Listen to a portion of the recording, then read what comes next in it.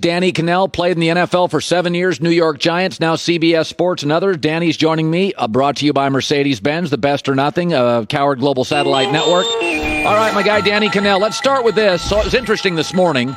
Dak wants 4 years, the Cowboys want 5, and my takeaway is if you're talented in any business, you should want a shorter contract to get you back to the market sooner.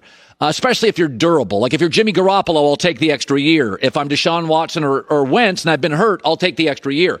I am surprised, though, the Cowboys would demand longer years. And my takeaway is we don't know if McCarthy and Dak works. Are you surprised at all that Dak's the one that wants to break the relationship up sooner?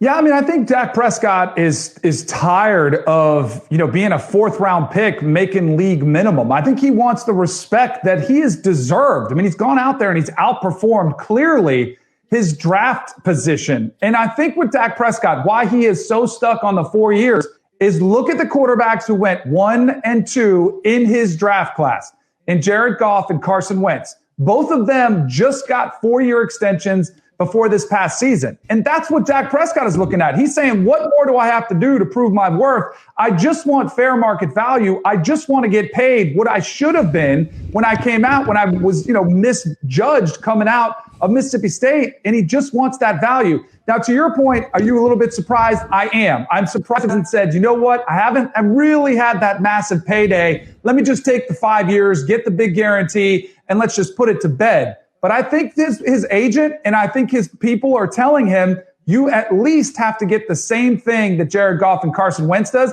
And I think that's a very fair thought process to go through for Dak Prescott.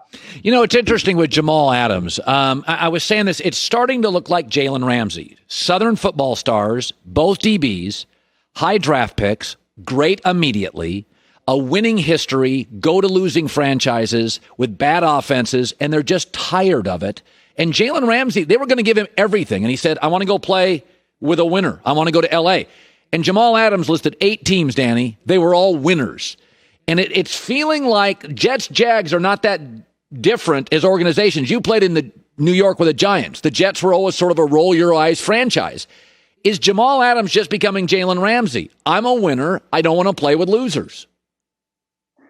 I hope so. I hope that's his mentality, because I don't think it's just about the money. I mean, professional athletes get a bad rap sometimes because, and they should, they want to get the maximum value. They want to get the most pay, but some guys just want to win. Colin, I've been part of both organizations. I've been part of winning franchises. When I was the Broncos, went to back-to-back playoffs. When I was on the Giants, we went to the playoffs 1 year, but I've also been on bad franchises. Nothing sucks the life out of you to be a bad team. I'm serious. Like, it makes you want to just you show up to work, you start going through the motions, you forget why you play the game. It's to win. And if you feel helpless in that position and you have some leverage, Jamal Adams doesn't really have a lot of leverage, but your only piece of leverage is saying, hey, I'm going to voice this concern. I'm going to go out there and demand a trade. He's trying to do that. And to today's era, Jalen Ramsey is a great example. He stomped his fist on the table more than enough times where the Jacksonville Jaguars finally said, hey, now what the Jets need is the partner. Because remember, the Rams gave up 2 firsts and a 4th-round pick.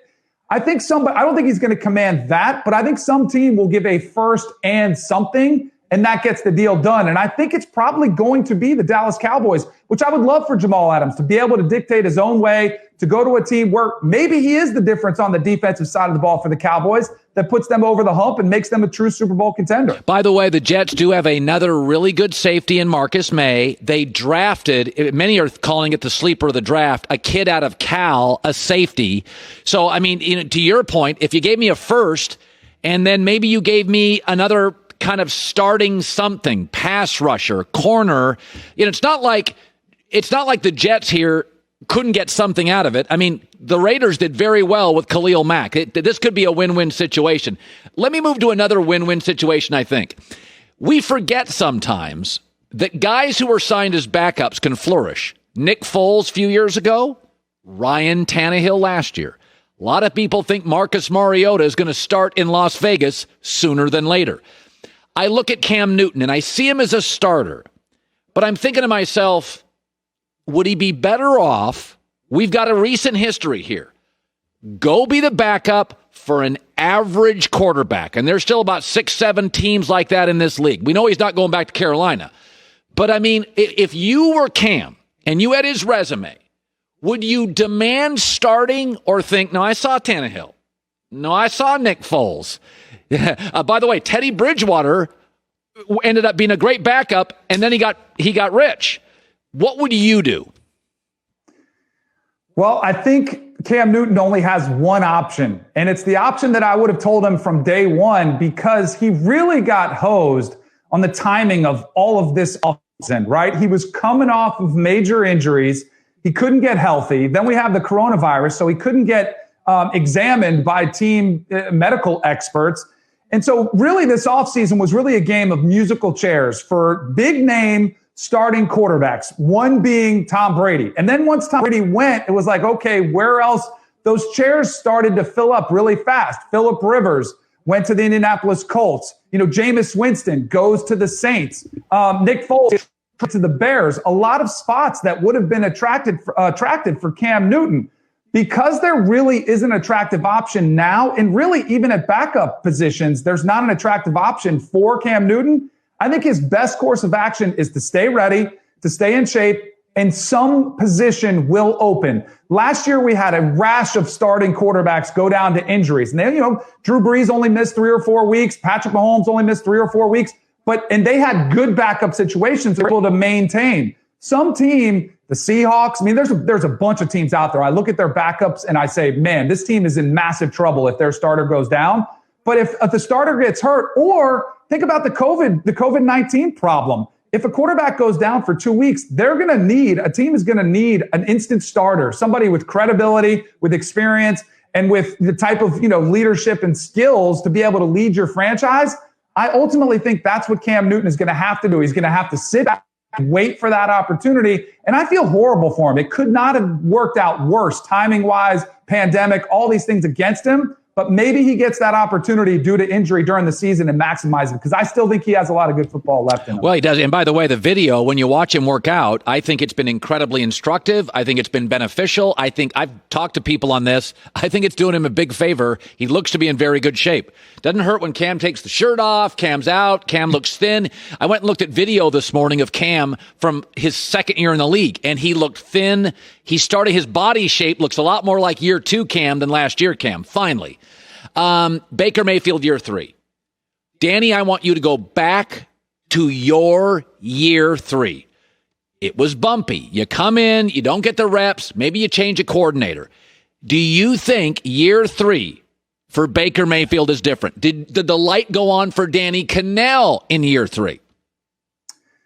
So I only got 20 starts in my career, like back to back. I started 10 games my second year, 10 games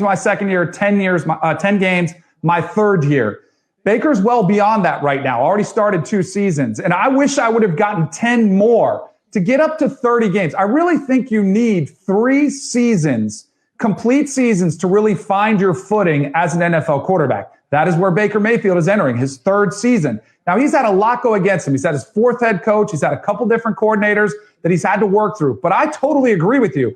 I think this is the season that decides the rest of Baker Mayfield's career. I don't think he has to go out and have an MVP type season, but he clearly needs to show massive from last year, both on the field and off the field. But I think the Cleveland Browns have done an outstanding job. They drafted Jedrick Wills to shore up the left side of that offensive line. They put pieces of the puzzle around him. Healthy Odell Beckham, Jarvis Landry, solid tight end. Nick Chubb is one of the better running backs in the league. He has everything right now to take his career and extend it, to show people that he's worthy of being and I think he'll live up to it.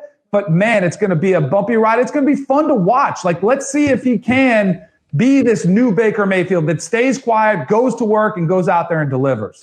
Danny Kanell, CBS Sports headquartered there, former NFL quarterback. Love having him on. Great college guy as well. Thanks, buddy. You got it. Hi, everybody. Thanks for watching. Subscribe here to get the latest from the show.